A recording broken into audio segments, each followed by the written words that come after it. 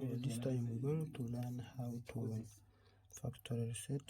This is Itel A58 Pro, Itel A58 Pro,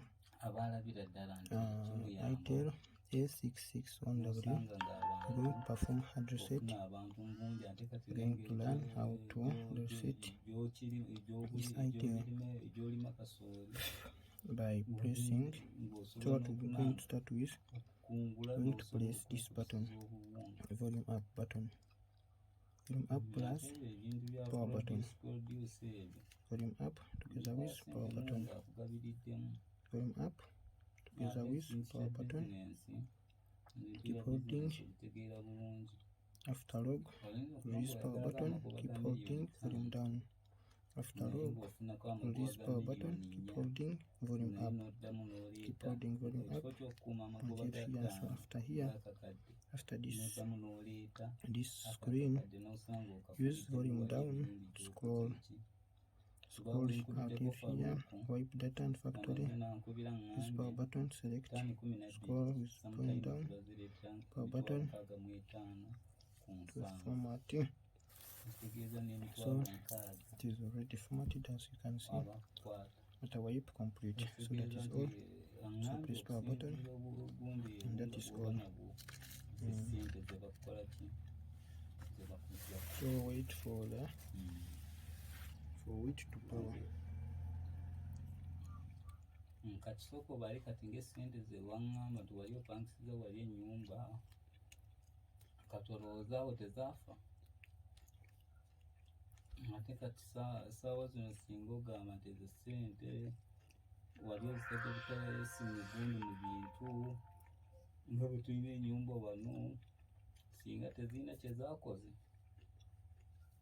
era wali ke batugamba nti ssente entereke tekola ki tewera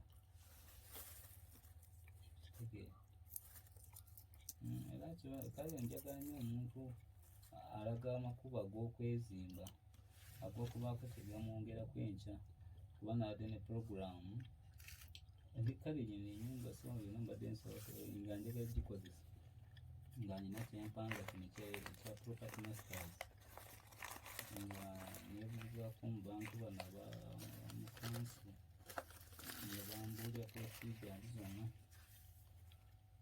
kale nga naadde nyina ekirowoozo ekyo ekyokugamba nfune abantu bensobola okutandika nabo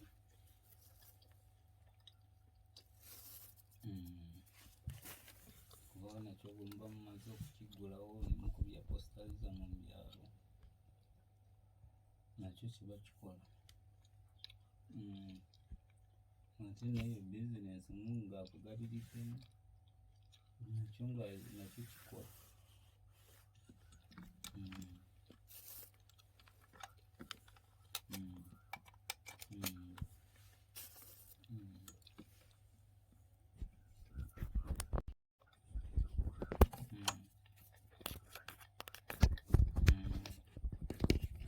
Kuba kati manyi nti nga ggwe mwekyo kintu oli mwesimbu oli musajja mukozi kyenkwagalako kyobola wali nakugamba kati ewaka wataddeko embeera kati ofuuse musajja olaga nti so that is all. So try for more latest.